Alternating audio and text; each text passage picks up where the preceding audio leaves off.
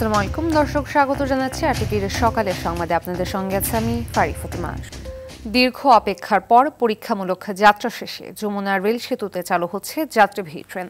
এর মধ্য দিয়ে বঙ্গবন্ধু সেতুতে ইতি ঘটবে ট্রেন চলাচলের। সকাল থেকে নিয়মিত ট্রেন চলবে নতুন এই রেল সেতুতে।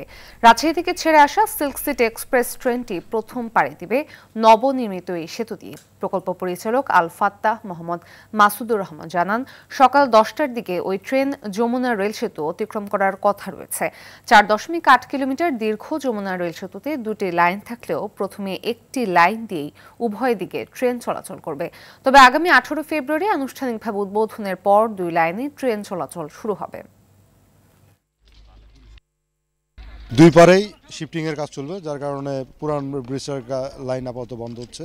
এখানে একটা লাইনই চলবে, আপ লাইন যেটা, সেটা দিয়ে ট্রেন চলাচল করবে দুই পার থেকে, এবং উদ্বোধনের পরের থেকে দুই পারের যে দুইটা লাইন আমাদের, সেই দুইটা লাইনে একসাথে চলাচল শুরু করবে। সো এই মুহূর্তে শুধুমাত্র একটা লাইনে আমরা চালু করব। এই বিষয়ে আরও জানাতে সেতু এলাকা থেকে সরাসরি যোগ দিচ্ছেন সহকর্মী সাজুরুল ইসলাম সঞ্চয়। সঞ্চয়, ট্রেন চলাচল শুরুর বিষয়ে সবশেষ কি তথ্য রয়েছে আপনি জানবেন?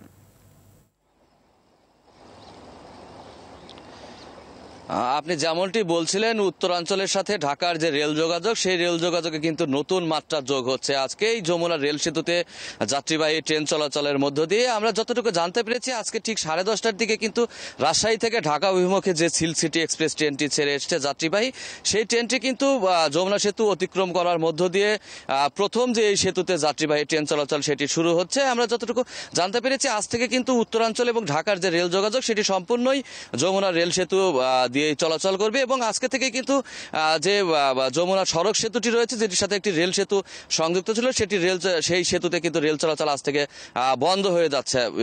আর যতটুকু আমাদেরকে সেতু কর্তৃপক্ষ এখানে যারা রয়েছে তারা আমাদেরকে জানিয়েছেন যে আগামী মাসে এই সেতুটির আনুষ্ঠানিক উদ্বোধন হতে যাচ্ছে। তখন থেকে কিন্তু সেতুর যে দুটি ডুয়েল গেজ ডাবল ট্র্যাকের যে রেল সেতু, দুটি লাইনেই কিন্তু একসাথে ট্রেন চলাচল করবে, এবং মালবাহী ট্রেনগুলোও কিন্তু তখন চলাচল শুরু হবে। আর একটি বিষয় আপনাদেরকে জানিয়ে রাখতে চাই যে সিরাজগঞ্জ প্রান্ত থেকে কিন্তু আজকে সর্বপ্রথম ট্রেনটি ছেড়ে ঢাকা অভিমুখে যাচ্ছে, এবং একই সাথে কিন্তু ঢাকা থেকে যে উত্তরাঞ্চলের যে ট্রেনগুলো, সেগুলো কিন্তু এই সেতু দিয়েই আজ থেকে চলাচল করবে। 2020 সালের শেষের দিকে কিন্তু 16,780 কোটি টাকা ব্যয়ে দেশের সর্ববৃহৎ যে 4.8 কিলোমিটার যমুনা রেল সেতু, এটির নির্মাণ কাজ শুরু হয়। তো এই ছিল আমার কাছে সিরাজগঞ্জের যমুনা রেল সেতু থেকে সবশেষ খবর। ধন্যবাদ। ঢাকা টাঙ্গাইল যমুনা সেতু মহাসড়কের টাঙ্গাইল বাইপাস থেকে জোকারচর পর্যন্ত 15 কিলোমিটার যানজটের সৃষ্টি হয়েছে। মঙ্গলবার মধ্যরাত থেকে যানবাহনের চাপ বৃদ্ধি, চালকদের এলোমেলো গাড়ি চালানো ও ঘন কুয়াশার কারণে এই যানজটের সৃষ্টি হয়েছে। ফলে চরম ভোগান্তিতে চালক ও যাত্রীরা। হাইওয়ে পুলিশ জানায়, রাত থেকে যানবাহনের চাপ বৃদ্ধি, ঘন কুয়াশা, এলেঙ্গা থেকে সেতু পর্যন্ত 4 লেনের কাজ চলমান থাকায় গাড়ির দীর্ঘ সারির সৃষ্টি হয়েছে। এদিকে ঘন কুয়াশায় প্রায় 5 ঘন্টা পর দৌলতদিয়া পাটুরিয়া ফেরি চলাচল শুরু হয়েছে।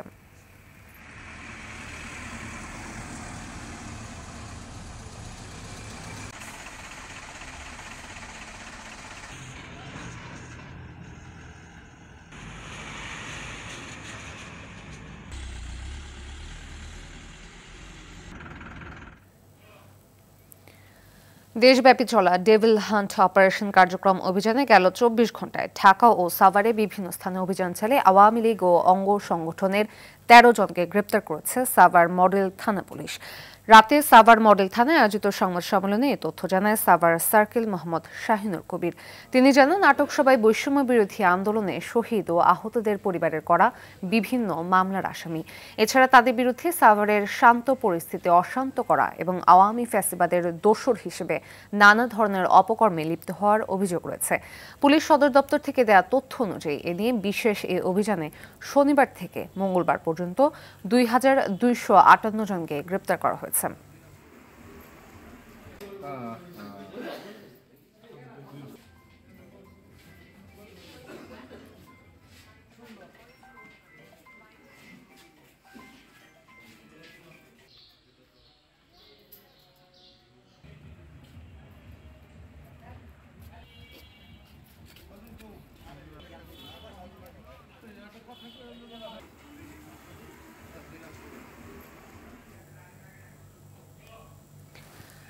দর্শক, অপারেশন ডেভিল হান্টের বিষয়ে বিস্তারিত জানাতে গাজীপুর থেকে সরাসরি যুক্ত হচ্ছেন সহকর্মী আজহারুল ইসলাম।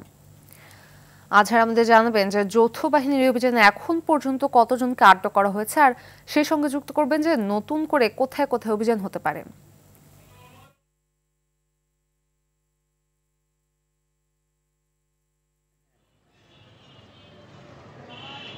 ধন্যবাদ ফাতেমা।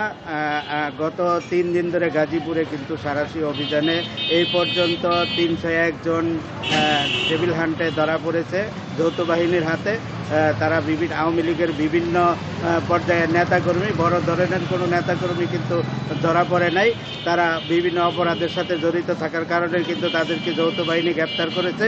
কিন্তু গতকাল গাজীপুরের মহানগরের 8টি থানায় প্রায় 40 জনের মতো গ্রেপ্তার করেছে। আমাকে পুলিশের যে মিডিয়ার যে দায়িত্বে আছে উনি আমাকে জানিয়েছেন, এবং বিভিন্ন যে আমাদের যে গাজীপুরের যে 5টি উপজেলা আছে এই 5টি উপজেলায় কিন্তু কাপাসিয়াতে মাত্র কাপাসিয়ার ওসি আমাকে জানিয়েছেন যে 1 জন ধরা পড়েছে। আর অন্য অন্য যে থানা আছে এই থানাগুলোতে আমরা কিন্তু খবর জানতে পারি নাই। তবে গত রাত্রে কিন্তু সাঁড়াশি অভিযান পরিচালনা করছেন এবং বড় ধরনের ঘটনা, বড় ধরনের আসামি ধরার জন্য আওয়ামী লীগের বিভিন্ন পর্যায়ের যে বড় আসামিগুলো ছিল তাদেরকে ধরার জন্যই কিন্তু তারা এই সাঁড়াশি অভিযান রাতভর চালিয়েছেন। এবং যা ধরা পড়েছে তাদেরকে কিন্তু গত 3 দিনে যা 301 জন ধরা পড়েছে তাদেরকে কোর্টে হাজির করেছে এবং তাদের শুনানি শেষে তাদেরকে জেল হাজতে প্রেরণ করেছে। এই ছিল গাজীপুরের সর্বশেষ অবস্থা। ধন্যবাদ।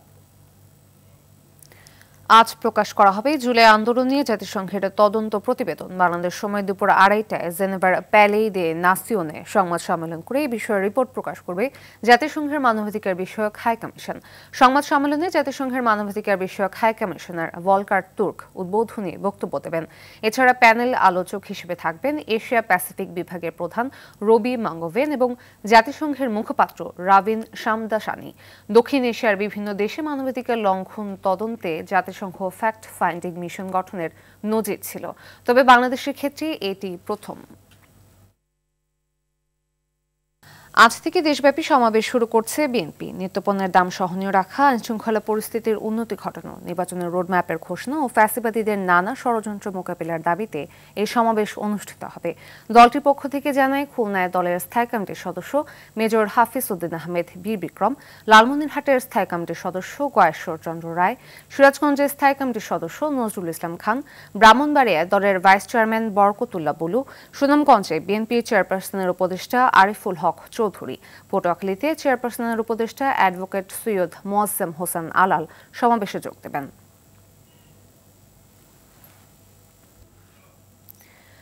কয়েক সপ্তাহ ধরে ভোজ্য তেলের বাজারে চলছে অস্থিরতা। ভোজ্য তেলের দাম সহনীয় রাখতে আমদানিতে 25% বাড়ার পরও বাজারে সংকট দেখা দিয়েছে। গত 16 ডিসেম্বর সয়াবিন, পাম অয়েল আমদানিতে শুল্ক, রেগুলেটরি ডিউটি ও অগ্রিম আয়কর শতভাগ অব্যাহতি দিয়েছে সরকার। পাশাপাশি ভ্যাট 15 থেকে কমিয়ে 5% করা হয়। তারপর বিক্রেতারা বলছেন, চাহিদা অনুযায়ী তেল পাওয়া যাচ্ছে না। আসন্ন রমজানকে কেন্দ্র করে দাম বাড়ানোর জন্যই ব্যবসায়ীরা বাজারে বোতলজাত সয়াবিন তেলের সরবরাহ কমিয়ে দিয়েছেন বলে অভিযোগ করছেন বাজার বিশ্লেষকরা। ফলে সংকট তৈরি হয়েছে।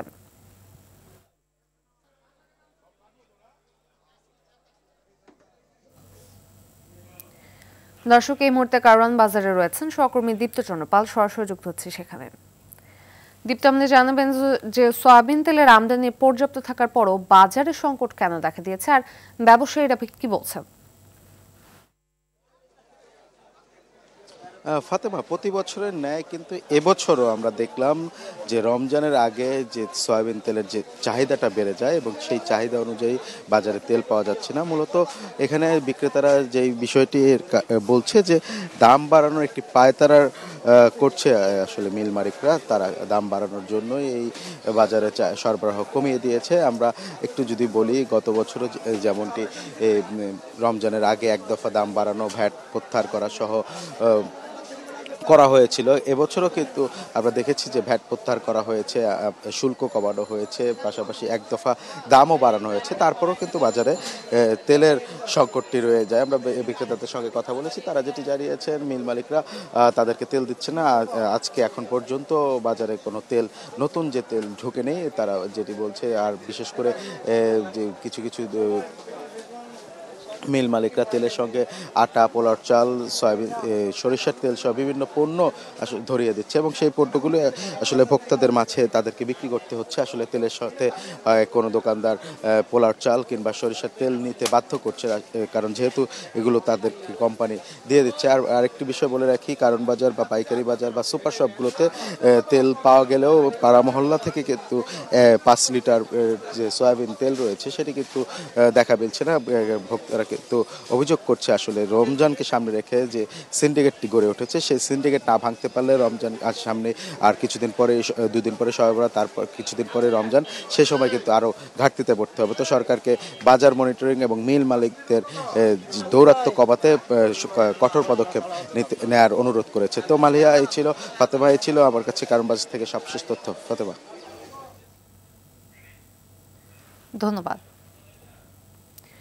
ফাল্গুন বিশ্ব ভালোবাসা দিবস ও 21শে ফেব্রুয়ারির সামনে রেখে ঝিনাইদহে ফুল পরিচর্যায় ব্যস্ত সময় কাটাচ্ছেন চাষিরা।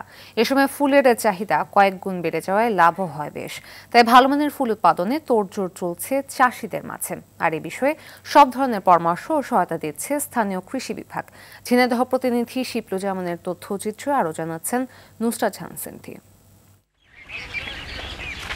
দেখতে দেখতে চলে এলো ফাল্গুন ও বিশ্ব ভালোবাসা দিবস। এই দিনে প্রিয় মানুষকে ফুল দিয়ে ভালোবাসা প্রকাশ করেন অনেকে। আন্তর্জাতিক মাতৃভাষা দিবসেও ভাষা শহীদদের প্রতি শ্রদ্ধা জানাতে প্রধান অনুষঙ্গ এই ফুল। তাই ফেব্রুয়ারি মাস এলে ফুলের চাহিদা বেড়ে যায় কয়েক গুণ।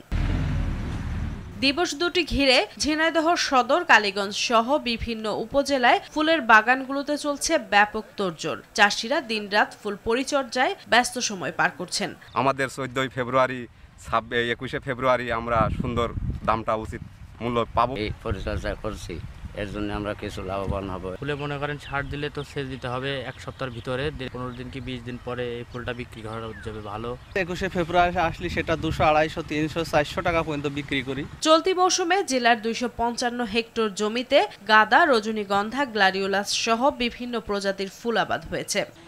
ভালোবাসা দিবস এবং তারপরে 21শে ফেব্রুয়ারি আমরা ফুল নিয়ে মোটামুটি একটা খুব ব্যস্তর ভিতরে সময় পার করছি। এখান থেকে আমাদের গান্নার বাজার ফুল মার্কেট থেকে মোটামুটি বড় বড় শহর যেদিকে আছে সেই শহর, প্রত্যেকটা শহরে আমাদের ফুলগুলো এখান থেকে যায়। ফুলের মান ভালো রাখতে চাষিদের নিয়মিত প্রযুক্তিগত সহায়তা সহ বৈজ্ঞানিক পদ্ধতিতে চাষাবাদের পরামর্শ দিচ্ছে কৃষি বিভাগ। অন্যান্য বারের তুলনায় এবার ফুলের মান ভালো হওয়ায় ন্যায্য দামের আশা করছেন চাষিরা। নুসরাত জাহান সিন্থি, RTV। দর্শক, এই বিষয়ে বিস্তারিত জানাতে ঝিনাইদহ থেকে সরাসরি যুক্ত হচ্ছেন সহকর্মী শিপ্লুজামান। শিপ্লু, বিশেষ দিবস ঘিরে ফুলের চাহিদা কেমন দেখছেন, আর বিক্রেতারাই বা কি বলছেন? ফাতেমা, আপনাকে জানিয়ে রাখি, ফুলের রাজধানী বলে খ্যাত ঝিনাইদহের কালীগঞ্জ উপজেলা তিলেশ্বরপুর বালিয়াডাঙ্গা গ্রামে এখানে কিন্তু 250 হেক্টর জমিতে কিন্তু ফুলের আবাদ হয়ে থাকে। এখানে জারবেরা, গোলাপ, রজনীগন্ধা, গাঁদা ফুল সহ বিভিন্ন প্রজাতির ফুল কিন্তু এখানে চাষ করা হয়ে থাকে। দর্শক, আমি যেখানটা অবস্থান করছি এটা ঝিনাইদহের কালীগঞ্জ উপজেলা একটি জারবেরা ফুলের শেড। সেটা দেখতে পাচ্ছেন যে এখানে প্রচুর পরিমাণে ফুল কিন্তু এখানে তারা প্রস্তুত করছেন। আপনারা RTV ক্যামেরার মাধ্যমে দেখতে পাচ্ছেন যে আমি একটি জারবেরা যে সেটে আছি, এই সেটেতে কিন্তু এখন অটোমেটিক ফুলে পরিচর্যা করছেন একজন চাষি। আপনারা দেখতে পাচ্ছেন যে তারা সারা বছর কিছু বসে থাকেন বিশেষ দিবসকে ঘিরে, বিশেষ করে 14 ফেব্রুয়ারি বিশ্ব ভালোবাসা দিবস, 21শে ফেব্রুয়ারি উপলক্ষে তারা ফুলের কিন্তু তারা ব্যাপক তারা মার্কেটে বিক্রি করবেন বলে তারা আমাদের কাছে জানিয়েছেন। তাছাড়া আমি কথা বলেছি যে কৃষি বিভাগের সাথে, তারা জানিয়েছেন চাষিদেরকে তারা উচ্চ ভালো ফুল হয় তাদেরকে সুপরামর্শ দিয়ে থাকছেন। কিন্তু এই তীব্র শীতে এবং এই ঘন কুয়াশায় কিন্তু অনেক ফুল কিন্তু নষ্ট হয়ে গেছে, এমনটি চাষিরা অভিযোগ করেছেন। তারপরেও কৃষি বিভাগের পরামর্শ অনুযায়ী তারা কিন্তু কাজ করে যাচ্ছেন। তবে দর্শক, আপনাদেরকে দেখায় আমি একজন কথা বলবো একজন চাষির সাথে, তিনি আমাদেরকে বলবেন। আচ্ছা, ফুল বলেন তো আমাদের এবারটা খুব ভালো হবে। 14 ফেব্রুয়ারিতে 18 থেকে 20 টাকা আমরা পিস বেশি ভুইতে পাইকুড়ি দিই, সারা বাংলাদেশ যায়। এটা আমরা আজকে ফুল পাঠাবো, এখন সিলেট চিটাগাং যাবে, ঢাকা যাবে, মানে সারা বাংলাদেশে আমরা ফুলগুলো বিক্রি করি, পাইকুড়ি ব্যবহার করি। আর পাইকুড়ি বেশি আমরা 20 থেকে 25 টাকা, এখন বাজার খুব ভালো। 14 ফেব্রুয়ারিতে মনে করেন যে 50 টাকা ফুল পিস বিক্রি হয়, বুঝতে পেরেছেন? তো আপনাকে একটা বিষয় জানিয়ে রাখি, এখান থেকে ফুল কিন্তু রাজধানী শাহবাগ এবং সিলেট, চট্টগ্রাম বিভিন্ন জায়গায় কিন্তু এখান থেকে ফুল সরবরাহ করা হয়ে থাকে এবং এখান থেকে অনেকে কিন্তু বিভিন্ন চাষবাদ দিয়ে ফুল চাষের পাশে ঝুঁকে পড়ছেন এবং তারা আশা করছেন এবার এই ঝিনাইদহ জেলা থেকে কোটি টাকার ফুল এবার এই দিবসটি, দুটি দিবসকে ঘিরে কিন্তু বিক্রি হবে এমনটা আশা করেছেন তারা। এই ছিল আমার কাছে ঝিনাইদহ ফুলের বাগান থেকে সর্বশেষ সংবাদ। ফাতেমা। ইউরোপের উন্নত দেশে পা ফেলেই ঘুরে যাবে ভাগ্যের চাকা। দালালের এমন প্রলোভনে পড়েন নরসিংদীর সোহান মিয়া ও তার বোনের জামাই আকরাম মিয়া। দালাল চক্র তাদের রাশিয়ানিয়া ক্লিনারের চাকরি দেওয়ার কথা থাকলেও নিয়োগ দেন রাশিয়ার হয়ে ইউক্রেনের বিরুদ্ধে যুদ্ধ করার জন্য। সেই যুদ্ধ থেকে বোন জামাই পালিয়ে আসতে পারলেও ফিরে আসতে পারেনি সোহান। পরিবারের একমাত্র উপার্জনক্ষম সন্তানটির অনিশ্চিত জীবনে পাগল প্রায় স্বজনরা। নরসিংদী প্রতিনিধি নুরে আলম রনির তথ্যচিত্র জানাচ্ছেন নাদিরা সুলতানা।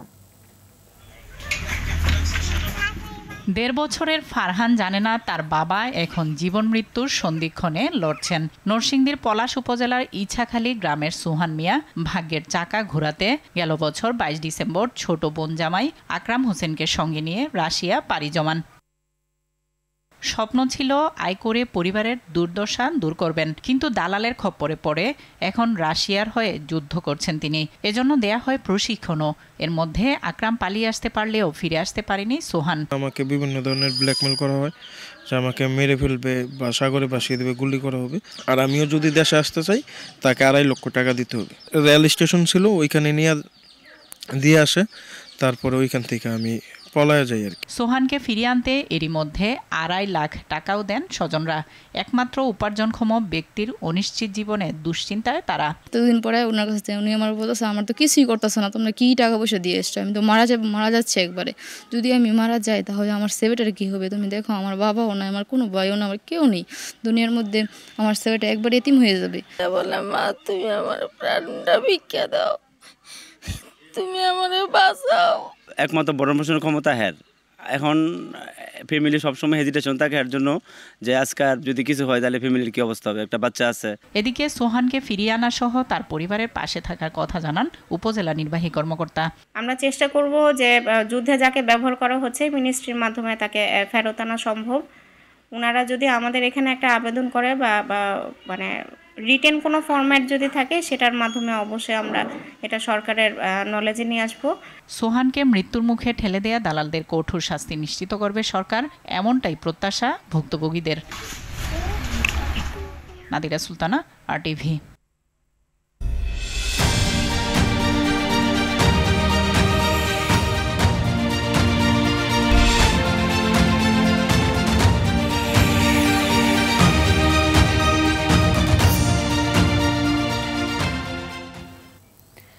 আইডিএলসি পরিবর্তনের পথে বাংলাদেশ। দেশের ফুটবল ইতিহাসে প্রথমবার মতো কিট পার্টনার হিসেবে দেশীয় ব্র্যান্ড দৌড়ের সঙ্গে 2 বছরের চুক্তি সম্পন্ন করেছে বাফুফে। ফলে বাফুফের কোষাগার থেকে প্রতি বছর বেঁচে যাবে কোটি টাকা। শুধু তাই নয়, দেশের ফুটবলে এই পার্টনারশিপের ফলে বাড়তি আয় হবে বাফুফের। এদিকে অনুষ্ঠানে অতীতের সব দুর্নাম ঘুচিয়ে নতুন আঙ্গিকে সুশৃঙ্খল পদ্ধতিতে চুক্তি স্বাক্ষর সম্পন্ন করেছে ফেডারেশন, যা কিনা দেশের ফুটবলে নতুন ও ইতিবাচক এক ধারা তৈরি করবে। বিস্তারিত মাহফুজুল ইসলামের রিপোর্টে। এখানে ছবি যেন কথা বলে দিচ্ছে, উত্তর দিচ্ছে সব প্রশ্নের। একটি হলো সালাউদ্দিন যুগে কোনো এক সংবাদ সম্মেলনের চিত্র, অন্যটি তাবিথ আওয়ালের নেতৃত্বের ফেডারেশনের হওয়া প্রথম কোনো চুক্তি স্বাক্ষর অনুষ্ঠানের মঞ্চ, যেখানে নেই কোনো হজবরল, ছিল শৃঙ্খলতা ও প্রাসঙ্গিকতা, যার স্বাক্ষর রেখেছে মঞ্চের এই 3টি চেয়ার। আক্ষেপ ঘুচেছে, মিলেছে স্বস্তি। দেশের ফুটবল পেয়েছে আনুষ্ঠানিক কিট পার্টনার। দেশীয় ব্র্যান্ড দৌড় এবার দৌড়াবে দেশের ফুটবলের সঙ্গে, যার শুরুটা এই চুক্তি স্বাক্ষর অনুষ্ঠানের মধ্য দিয়ে। পুরো নির্বাহী কমিটি নিয়ে পেছনে দাঁড়িয়ে সভাপতি তাবিথ আওয়াল, আর 2 চেয়ারে দেখা মিলল পুরো অনুষ্ঠানের প্রাসঙ্গিকতার। 2 বছরের এই চুক্তির মাধ্যমে বাফুফের কোষাগার থেকে বেঁচে যাবে 2 কোটি টাকার বেশি। শুধু তাই নয়, জার্সি বিক্রি বাবদ পার্টনার প্রতিষ্ঠানের সব ব্যবসায়িক বেনিফিট থেকেও বড় অঙ্কের মুনাফা পাবে বাফুফে। ইভেন্চুয়ালি এটা কিন্তু আমরা মার্চেন্ডাইজিং এ টার্ন করব। So it will not only be the jersey, এটার একটা সেট যেটা কমার্শিয়ালি আমরা মার্কেটে ছাড়বো। সেখানে তার অফকোর্স সেটার রাইটস তো তারা নিচ্ছে, বাট সেটা রেভিনিউ সে আমাদের সাথে শেয়ার করবে। নারী ফুটবলারদের আরব আমিরাত সফর দিয়েই শুরু মাঠের যাত্রা। মার্চে আসন্ন এএফসি এশিয়ান কাপ বাছাইয়ে ভারতের বিপক্ষে ম্যাচ দিয়ে যাত্রা শুরু করবে পুরুষ ফুটবল দলের সঙ্গে, যেখানে হামজা চৌধুরীর জার্সির বাণিজ্যিকীকরণ নিয়ে বাড়তি ভাবনা ফেডারেশনের। So we have a detail plan যে আমাদের আসলে একটা অফিশিয়াল মার্চেন্ডাইজিং এ যাব, এবং সেই মার্চেন্ডাইজিং হামজা চৌধুরীর মতো প্লেয়ার এবং আমাদের অন্যান্য যারা তারকা প্লেয়ার আছে তাদের প্রেজেন্সে যদি সেই সেলস বুস্ট হয়, অফকোর্স সেখান থেকেও তো আমরা একটা রেভিনিউ শেয়ার করব। ফুটবলের বাণিজ্যিকীকরণের প্রথম ধাপ শুরু বর্তমান ফেডারেশনের হাত ধরে। দীর্ঘদিন এমন সুযোগ থাকলেও তা অতীতে হয়নি, তবে এবার নতুনভাবে পরিবর্তনের ছোঁয়া দেশের ফুটবলে। মাহফুজুল ইসলাম, RTV, ঢাকা। আন্তর্জাতিক সংবাদ। বিশ্ব নেতাদের সঙ্গে করমর্দনের সময় ভারতের প্রধানমন্ত্রী নরেন্দ্র মোদীকে উপেক্ষা করেছেন ফ্রান্সের প্রেসিডেন্ট ইমানুয়েল ম্যাক্রন। স্থানীয় সময় মঙ্গলবার প্যারিসের AI শীর্ষ সম্মেলনে এই বিব্রতকর দৃশ্য দেখা যায়। সম্মেলনে অংশ নিয়ে বিশ্ব নেতাদের স্বাগত জানাতে হাজির হন ফরাসি প্রেসিডেন্ট ইমানুয়েল ম্যাক্রন। এ সময় মার্কিন ভাইস প্রেসিডেন্ট JD ভ্যান্স সহ বিশ্ব নেতাদের সঙ্গে শুভেচ্ছা বিনিময় করেন ফরাসি প্রেসিডেন্ট। JD ভ্যান্সের পাশে বসা নরেন্দ্র মোদী হাত বাড়িয়ে দিলেও তাকে পুরোপুরি এড়িয়ে যান প্রেসিডেন্ট ম্যাক্রন। এরপর ঘটনাটি নিয়ে সামাজিক মাধ্যমে তোলপাড় সৃষ্টি হয়। কেউ কেউ এই ঘটনাকে কূটনৈতিক অবজ্ঞা হিসেবে উল্লেখ করেছেন, তবে ফরাসি বা ভারত সরকারের পক্ষ থেকে এই বিষয়ে কোনো মন্তব্য করা হয়নি।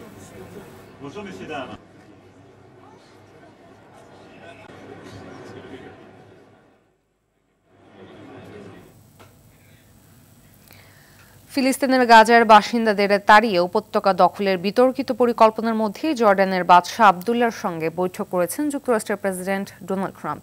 স্থানীয় সময়ে মঙ্গলবার হোয়াইট হাউসে অনুষ্ঠিত হয় এই বৈঠক। এ সময় গাজাকে যুক্তরাষ্ট্রের নিয়ন্ত্রণে নেওয়া ও উপত্যকার বাসিন্দাদের স্থায়ীভাবে সরানোর পরিকল্পনা থেকে সরে না আসার ইঙ্গিত দেন ট্রাম্প। তবে বাদশাহ আবদুল্লাহ তা দৃঢ়ভাবে উপেক্ষা করেন, বলেন ফিলিস্তিনিদের না সরিয়ে গাজা পুনর্গঠন করা হবে। এ বিষয়ে আরব দেশগুলো একমত বলেও জানান তিনি। এদিকে জিম্মি বন্দীদের মুক্তি না দিলে গাজায় ফের যুদ্ধ শুরুর হুমকি দিয়েছেন ইসরায়েলি প্রধানমন্ত্রী নেতানিয়াহু। সকালের সংবাদে পর্যন্তই। মধ্যাহ্নের সংবাদ 12টায় দেখার আমন্ত্রণ রইল। ধন্যবাদ সবাইকে।